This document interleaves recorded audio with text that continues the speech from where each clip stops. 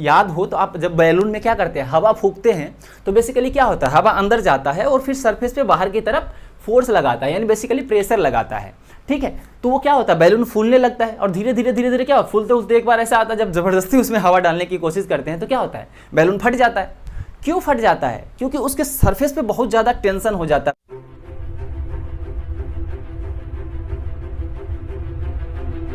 तो जैसा कि एग्जाम्पल नंबर हम लोगों ने 7 तक पिछले वीडियो में देखा था, आज हम लोग उसी को आगे बढ़ाएंगे और आज हम बहुत ही ज़्यादा इंपॉर्टेंट एग्जाम्पल करने वाले हैं, एग्जाम्पल नंबर 8।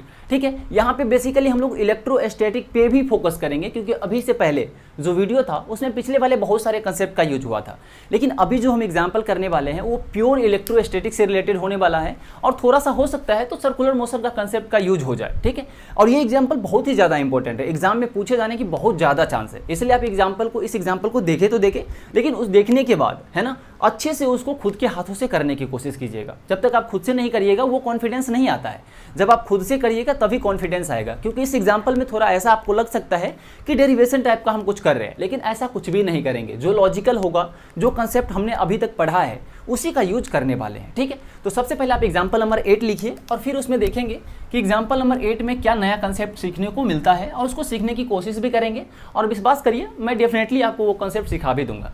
तो चलिए सबसे पहले आप एग्जाम्पल लिखिए। Charge plus Q1 is uniformly distributed on the surface of ring having radius r. A point charge plus Q2 is placed at the center.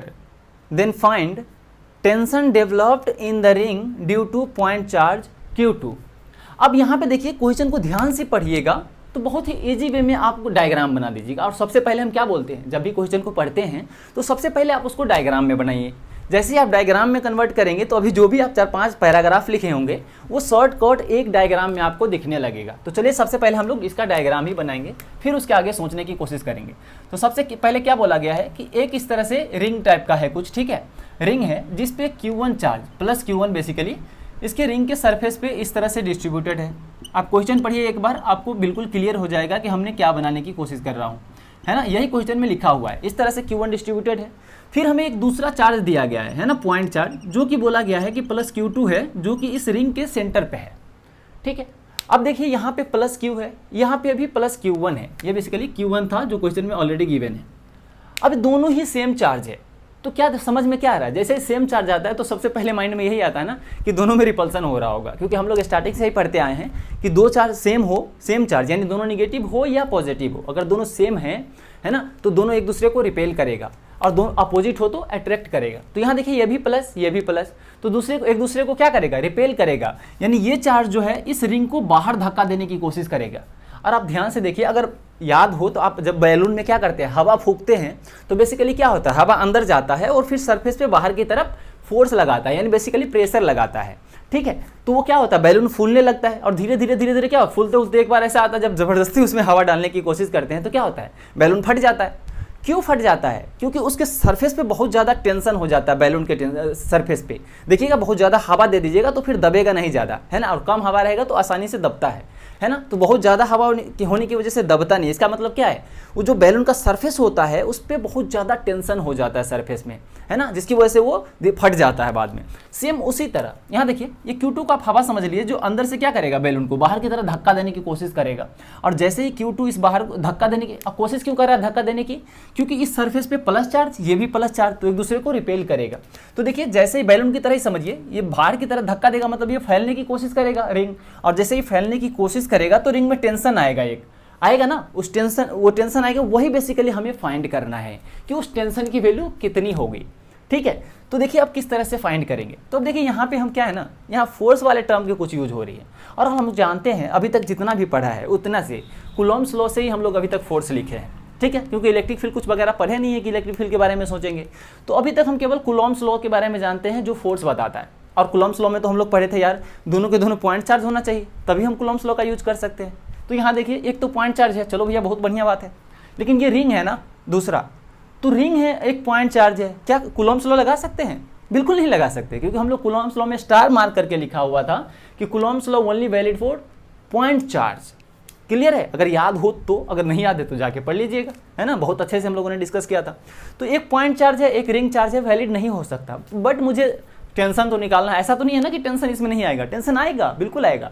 और कूलम्ब्स लॉ लगा नहीं सकते, इसका मतलब कैलकुलेशन नहीं कर सकते, डेफिनेटली करेंगे, थोड़ा सा जुगाड़ लगाएंगे। देखिए कैसे जुगाड़ लगाएंगे। मान लीजिए हम इस रिंग को भी एक पॉइंट चार्ज की तरह मान लूँ, तो क्या इसको लगा सकते हैं? बिल्कुल लगा सकते हैं, लेकिन ये भी तो क्वेश्चन आता है यार, इस रिंग को कैसे पॉइंट चार्ज मांगना। तो देखिए कुछ बड़ी बात नहीं है, अब ध्यान से सोचिए। जैसा कि हम लोग बहुत बार डिस्कस इस बात को किए हैं कि अगर बहुत सारे पॉइंट को मिलाते हैं तो लाइन बनता है, क्लियर है। और फिर लाइन चार्ज के केस में हम लोगों ने देखा था कि बहुत सारे छोटे छोटे dx पॉइंट लाइन चार्ज को मिलाते हैं, स्मॉल लाइन चार्ज को, थिकनेस वाले dx थिकनेस वाले लाइन चार्ज को, तो क्या बनता था? एक इस तरह से रॉड टाइप का, यानी लाइन चार्ज बन जाता था। तो यहाँ ध्यान से देखिए, ये जो रिंग है, अगर आप रिंग को कहीं से काट देंगे और इसको सीधा करेंगे तो ये ऐसे ही नहीं बन जाएगा, एक लाइन की तरह ही नहीं बनेगा, बिल्कुल बनेगा ना। इसी को क्या किए हैं, इस तरह से गोल कर दिए हैं तो एक रिंग बन गया है। तो कह सकते हैं ये जो रिंग का जो ये है रिंग, ये छोटे छोटे स्मॉल एलिमेंट से ही मिलकर बना होगा, डेफिनेटली कह सकते हैं भैया, क्योंकि हम लोग जानते हैं कि लाइन जो होता है वो बहुत सारे छोटे पॉइंट से मिलकर ही बनता है, ठीक। तो इसको भी कह सकते हैं। तो जुगाड़ लगता हुआ दिख रहा है आपको। हम क्या करेंगे, इस रिंग को एक छोटा सा इस पे सेगमेंट ले लेंगे इस तरह से, ठीक है, एक छोटा सा सेगमेंट ले लेंगे। अब वो किस तरह से लेंगे आप उसको ध्यान से समझिएगा, क्योंकि समझने वाला पोर्शन यही है। अभी अगर समझ ले गए तो आराम से क्वेश्चन सोल्व हो जाएगा। देखिए हमने यहाँ दो कट लगाया, ये छोटा सा एलिमेंट इस पर एक रिंग का लिया है ना, ये बहुत सा छोटा सा एलिमेंट है, दोनों को इस तरह से हमने इसके सेंटर पे इस तरह से मिला दिया। अब इसके बीच का कुछ एंगल होगा ना, तो चलिए हम इस एंगल को नाम दे देते हैं, क्या एंगल है, डी थीटा, क्योंकि ये छोटा एंगल होगा ना, तो हमने नाम दे दिया डी थीटा, ठीक है। और ये जो छोटा सा एलिमेंट है इसका लेंथ दे दिया dl, क्योंकि इसका लेंथ भी तो कुछ होगा, dl दे दिया। अब देखिए इतने छोटे से है, इसमें हमको क्लियर कुछ दिख नहीं रहा, इसी को हम बाहर निकालेंगे और इसमें अच्छा सा डायग्राम बनाएंगे। देखिए वो डायग्राम कैसे बनेगा, आप इसको ध्यान से समझिएगा। देखिए हमने जो छोटा सा dl लिया है उसको हम सबसे पहले ऐसे ड्रॉ कर देंगे, इसी वाले छोटे वाले पार्ट को बस बड़ा करके दिखा रहे हैं और कुछ नया नहीं है। हमने क्या किया, इस तरह से और इस तरह से ऐसा दिखाया हुआ, ये सेंटर है, ये जो सेंटर है ना ये यही है, जो कि प्लस क्यू चार्ज यहाँ पे है। अब इसका लेंथ जो है वो dl के इक्वल है, जैसा कि यहाँ पे हम लोगों ने लिखा था, क्लियर है।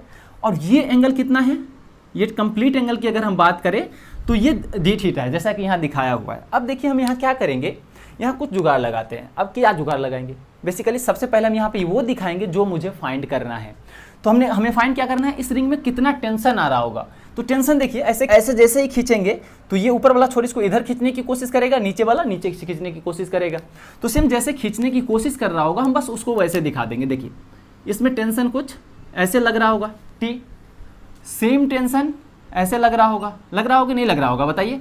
इसमें तो कोई डाउट नहीं है कि सेम टेंशन लगेगा, सेम लगेगा कि नहीं लगेगा, डेफिनेटली लगेगा, क्योंकि रिंग यूनिफॉर्मली चार्ज डिस्ट्रीब्यूशन है तो टेंशन भी सब जगह सेम आएगा, ठीक है। अब ये टेंशन मुझे फाइंड करना है, तो कैसे फाइंड करें, कुछ माइंड लग रहा है? तो देखिए मुझे लग रहा है, देखते हैं कैसे होता है। तो हम क्या करते हैं, इसमें वर्टिकल एक लाइन खींच देते हैं। अब इसका क्या यूज होगा अभी समझिएगा। जो इस एंगल को इक्वल पार्ट में डिवाइड कर रहा है, ये भी d θ/2 और ये भी d θ/2 है ना, क्योंकि ये जो कंप्लीट एंगल था यहाँ से यहाँ तक वो d θ के इक्वल था। इसी छोटे वाले एलिमेंट को बेसिकली हमने इतना बड़ा दिखाया है। यहाँ तक क्लियर है? जिसका यहाँ से लेके यहाँ तक का जो लेंथ है, इस पॉइंट को अगर हम A माने, इस पॉइंट का B माने, तो A से लेके B तक का जो ये आर्क है बेसिकली उसका लेंथ हमने dl लिया है, क्लियर है। अब देखिए क्या करते हैं, ये जो टेंशन लिया है ना, लिए हैं हम लोग, उसको थोड़ा सा आगे ले चलते हैं। ये जो टेंशन है इसको भी थोड़ा सा क्या करते हैं, आगे ले चलते हैं इस तरह से, क्लियर है। देखते रहिए बस ध्यान से। अब देखिए यहाँ टेंशन इस तरह से लग रहा है, तो आप यहाँ पे क्या कर सकते हैं, देखिए ये जो छोटा सा एलिमेंट लिए हैं उस पर चार्ज भी होगा कि नहीं होगा, डेफिनेटली होगा। तो dq है, चार्ज हमने dq ले लिया। क्यों dq लिया, क्योंकि ये छोटा सा एलिमेंट है, छोटा है तो छोटा ही होगा, है ना, यानी छोटा ही चार्ज होगा इस छोटे वाले एलिमेंट पे। और हमने क्या बोला था, ये छोटा सा एलिमेंट जो होगा एक पॉइंट चार्ज की तरह ट्रीट कर सकते हैं, क्योंकि पॉइंट से छोटे छोटे चार्ज से ही मिलकर ये कंप्लीट रिंग बना हुआ है। तो अब देखिए जुगाड़ लग गया ना, ये भी हमने जो dl लेंथ का जो इसमें सेगमेंट लिया है वो भी एक पॉइंट चार्ज की तरह ही बिहेव करेगा। और ये q2 जो है वो तो पॉइंट चार्ज ऑलरेडी है। तो अब देखिए 2 पॉइंट चार्ज मिल गया।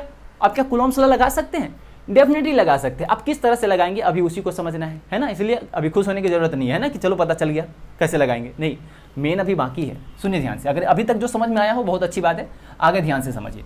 ये टेंशन इधर लग रहा है, अब यहाँ ध्यान से देखिएगा तो आपको पता चलेगा। अगर आप इस पर हॉरिजॉन्टल ऐसे लाइन खींचेंगे, ठीक है, हॉरिजॉन्टल अगर लाइन खींचेंगे तो आप देख पाएंगे ये जो टेंशन है वो कुछ इस डायरेक्शन में लग रहा है, ये भी टेंशन इस डायरेक्शन में, यानी ये टेंशन ना हॉरिजॉन्टल है और ना वर्टिकल है, तो हम इसका क्या करेंगे, कंपोनेंट लेंगे, है ना, किसी प्रॉपर डायरेक्शन दे देते हैं। तो देखिए इसको हम क्या करेंगे, हॉरिजॉन्टल वर्टिकल दोनों ही कंपोनेंट ले लेंगे, ठीक है। आप ध्यान से समझिएगा कैसे। तो यहाँ देखिए ये एंगल d θ/2 और हम लोग जानते हैं, और ये टेंशन टेंजेंशियल ही है ना, तो ये रेडियस को जब हम इस टेंजेंट से मिलाते हैं तो 90 डिग्री होता है, ठीक है। तो ये 90 डिग्री हो गया, तो ये कितना हो गया, ये d θ/2, ये 90, और तीनों एंगल मिला के 180 होता है। तो यहाँ पे भी 90 माइनस d θ/2, यानी ये एंगल हो जाएगा d θ/2। ये तो मैथ है, सिंपल आप कैलकुलेट कर सकते हैं। सिमिलरली इस साइड भी हो जाएगा d θ/2, ये तो मैथ है ना, इससे आप आराम से सोल्व कर सकते हैं, ठीक है। अब देखिए एंगल पता चल गया, तो अब इस थीटा का ये कंपोनेंट कौन हो, कॉस होगा या साइन होगा। तो हम बार बार डिस्कस करते हैं, एंगल जिस वाले साइड से सटा होता है, सी से सटना, सी से कॉस, यानी जिस वाले साइड से सटा हुआ हो एंगल वो कॉस होता है। यानी इस डायरेक्शन की अगर हम टेंशन की बात करें तो ये t cos d θ/2 हो जाएगा, ठीक है। ये तो ये हॉरिजॉन्टल कंपोनेंट हो गई, इसका एक वर्टिकल कंपोनेंट भी आएगा। तो देखिए इस डायरेक्शन में जो कंपोनेंट आ रहा है वो कितना आएगा, t का, t sin d θ/2, क्लियर है। सेम उसी तरह इस टेंशन का भी आएगा। देखिए ये टेंशन है, इसका हॉरिजॉन्टल एक इधर आएगा, तो देखिए यहाँ से इधर आएगा, वो कितना आएगा, t, ये थीटा हॉरिजॉन्टल से ही सटा हुआ है, तो सटा हुआ है तो cos d θ/2 आ गया, ठीक है। अब इसका एक वर्टिकल भी आएगा। तो सिंपल जो आ रहा है आप उसको सिंपल लिख दीजिए, उतना घबराने की बात नहीं है ना। d θ/2 कि ऐसे कैसे हो गया, तो मतलब हो गया। ये दोनों नीचे लगा और ये दोनों देखिए सेम मैग्नीट्यूड है, यहाँ t cos d θ/2 है। आप इधर देखेंगे तो इधर भी t cos d θ/2 है। दोनों ही जो कंपोनेंट आया हॉरिजॉन्टल वो सेम आया है, बट एक दूसरे के अपोजिट डायरेक्शन में आया है, तो क्या करेगा, कैंसिल कर देगा। तो आप इसको और इसको कैंसिल कर दीजिए। अब बताइए इसमें जो नेट टेंशन आया है वो किस डायरेक्शन में आया है, वर्टिकल डाउनवर्ड डायरेक्शन में, जो कि ये t sin d θ/2 plus t sin d θ/2 के इक्वल आया है, ठीक है। तो अब इस रिंग पे तो वर्टिकल टेंशन तो आ गया। अब देखिए हमने क्या बोला था, ये प्लस या रिंग पे कैसा चार्ज था, प्लस चार्ज था। तो ये दोनों एक दूसरे को रिपेल कर रहे थे, मतलब इस छोटे वाले एलिमेंट पे अगर हम Q2 की वजह से फोर्स देखें किधर आएगा, तो वो ऊपर की तरफ F आएगा। क्यों, क्योंकि ये प्लस रिंग पे चार्ज प्लस एक दूसरे को रिपेल करेगा, मतलब वो F के इक्वल आ गया। समझ में आया कैसे आया, दोनों चार्ज सेम है, वो सिंपल सी बात है, जैसा कि हम लोगों ने डिस्कस किया था। तो हम लोग अब देखिए यहाँ पे अगर छोटे वाले एलिमेंट पे बात करें तो जैसा कि आप लोग देखे हैं कि ये Q2 जो होगा इस छोटे वाले सेगमेंट पे कुछ इस तरह से फोर्स लगाएगा F के इक्वल, जो ऊपर की तरफ होगा। और ये कैसा फोर्स होगा, Q1 Q2 upon r², Coulombic type का फोर्स होगा। यहाँ तक क्लियर है। तो देखिए यहाँ ध्यान से, ये जो रिंग है जहाँ रखा हुआ था वही है ना, खाली टेंशन इसमें हर डायरेक्शन टेंशन आ गया रिंग में, यानी इस पे जितना वर्टिकल अपवर्ड फोर्स लग रहा है उतने ही डाउनवर्ड लग रहा है ना। अगर मान लीजिए कोई अपवर्ड वाला फोर्स अगर ये दोनों टेंशन को ऐड करने से जितना आ रहा है उससे अगर ज़्यादा हो गया तो रिंग ऊपर नहीं मूव कर जाएगा ना, बिल्कुल कर जाएगा। तो देखिए ध्यान से, जितना ऊपर लग रहा है उतना ही नीचे लगना चाहिए, क्योंकि ये जो रिंग है वो इक्विलिब्रियम में है, यानी इसमें केवल टेंशन भले ही अंदर है लेकिन एक दूसरे को कैंसिल कर दे रहा है ना, उसमें केवल टेंशन आ रहा है। समझ में आया। यानी इसमें वर्टिकल अगर डायरेक्शन में देखें, हॉरिजॉन्टल में तो ऑलरेडी जीरो हो गया फोर्स, वर्टिकल में भी जीरो होना चाहिए, यानी जितना F ऊपर लग रहा है उतने ही दोनों को सम करने के बाद भी आना चाहिए।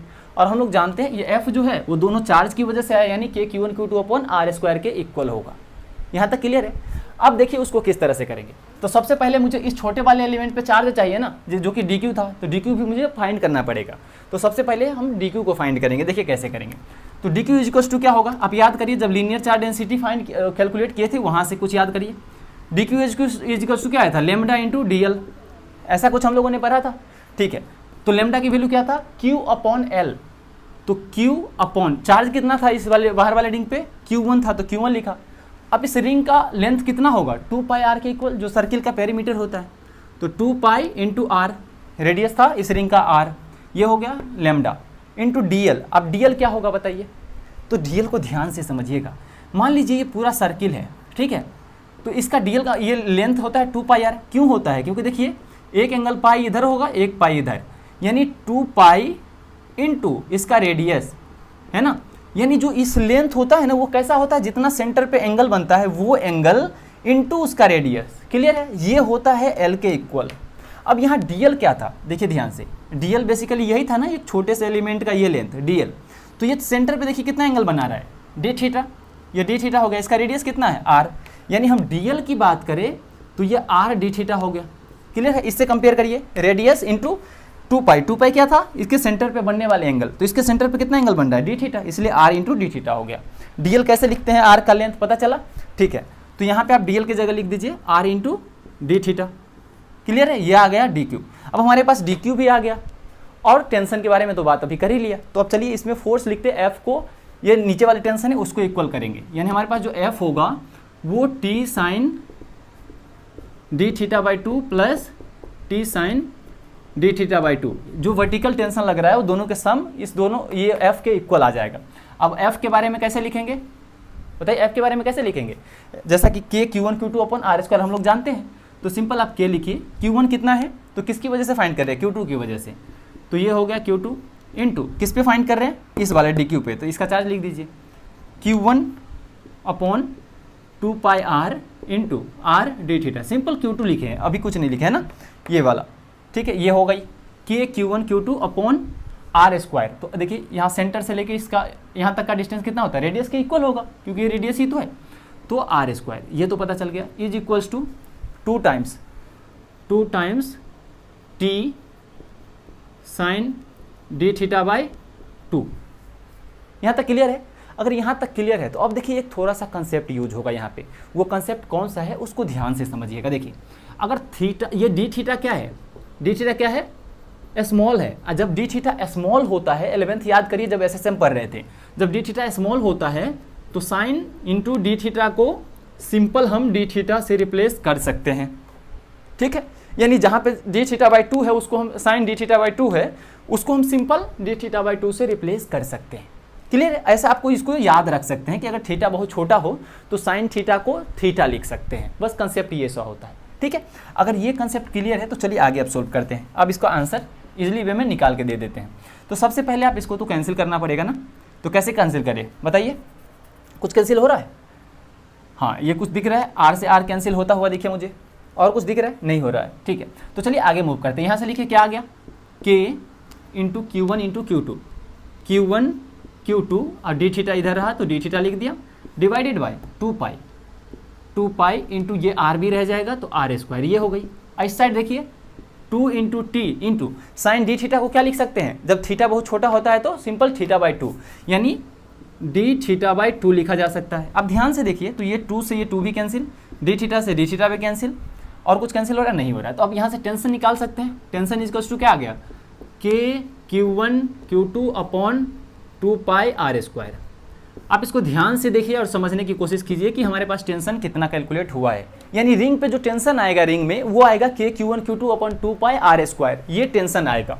तो हमने स्टार्टिंग में ही बोला था यहाँ पे जो कंसेप्ट यूज होने वाला है बेसिकली इलेक्ट्रोस्टैटिक्स से रिलेटेड ही सारे कंसेप्ट अच्छे से यूज होने वाला है, दूसरे टॉपिक का कम यूज होने वाला है, बट ये क्वेश्चन काफ़ी इंपॉर्टेंट है क्योंकि इसमें कंसेप्ट छुपा हुआ है। कूलम्बिक फोर्स को आप डायरेक्ट यूज नहीं कर सकते, आपको छोटा सा एलिमेंट लेना ही पड़ेगा ताकि दोनों ही पॉइंट चार्ज की तरह ट्रीट हो, फिर उसको हम इस तरह से फोर्स कैलकुलेट कर सकते हैं कूलम्बिक फोर्स का यूज करके के Q1 Q2 upon are square से, ठीक है, और फिर सिंपल वर्टिकल डायरेक्शन में फोर्स को बैलेंस कर सकते हैं। तो आप इसको खुद से 1-2 बार करिएगा ताकि आपको अच्छे से समझ में आ जाए, ठीक है।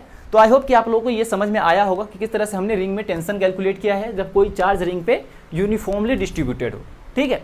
तो आप इसको खुद से अच्छे से करिए एक बार, डेफिनेटली समझ में आ जाएगा। नेक्स्ट क्लास में हम लोग इलेक्ट्रिक फील्ड के बारे में स्टार्ट करेंगे जो कि बहुत ही ज़्यादा इंपॉर्टेंट होने वाला है और बहुत ही सिंपल लैंग्वेज में हम लोग उसको पढ़ने वाले हैं। कंसेप्ट के साथ साथ बहुत सारा एग्जाम्पल करेंगे जिससे इलेक्ट्रिक फील्ड में भी आपको बहुत ज़्यादा कॉन्फिडेंस आ जाएगा जैसा कि इलेक्ट्रोस्टैटिक इक्विलिब्रियम में आया होगा, ठीक है। तो चलिए इसको पहले आप अच्छे से करिए, फिर हम लोग नेक्स्ट क्लास में मिलते हैं एक बहुत ही ज़्यादा मज़ेदार टॉपिक इलेक्ट्रिक फील्ड को लेके फिर, ठीक है। तब तक के लिए जय हिंद।